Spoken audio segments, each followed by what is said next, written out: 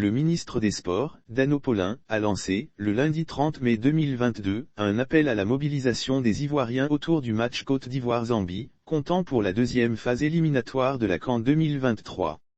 La sortie du ministre des Sports, Dano Paulin, ressemble fortement à la réponse donnée à tous ceux qui véhiculent, sur les réseaux sociaux, des messages de boycott des matchs des éléphants de Côte d'Ivoire. Je pense qu'il ne faut pas se laisser impressionner par le virtuel.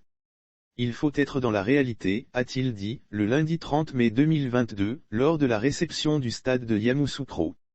Je pense que nous allons jouer à guichet fermé, ça c'est sûr. En effet, le premier responsable du sport en Côte d'Ivoire pense que le stade de Yamoussoukro refusera du monde lors du match Côte d'Ivoire-Zambie, prévu le vendredi 3 juin 2022.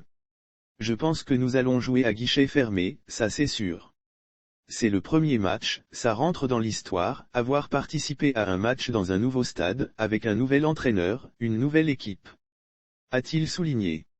D'ailleurs, il a invité les Ivoiriens à se rendre massivement au stade à cette occasion.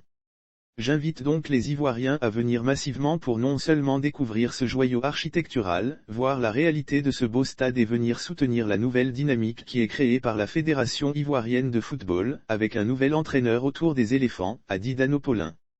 L'idée de boycott des matchs des éléphants est partie de la défaite de Didier Drogeba, au soir de l'Assemblée générale élective du président de la FIF tenue le samedi 23 avril 2022, à Yamoussoukro.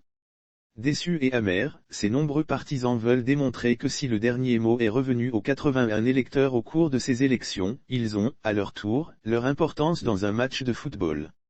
Depuis, ils multiplient les nombreux messages de boycott sur les réseaux sociaux.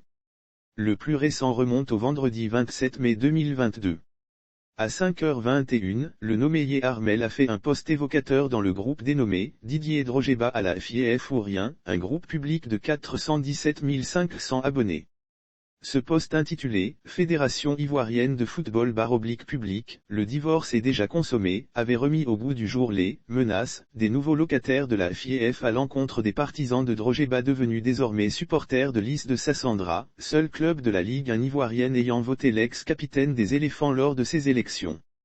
Les décisions prises par les consommateurs du sport roi, à cause de ces menaces, les consommateurs du sport roi ont pris les décisions suivantes, se désabonner de toutes les pages de la FIF, rester chez eux lors des matchs des éléphants, boycotter la Coupe d'Afrique des Nations de 2023 en Côte d'Ivoire.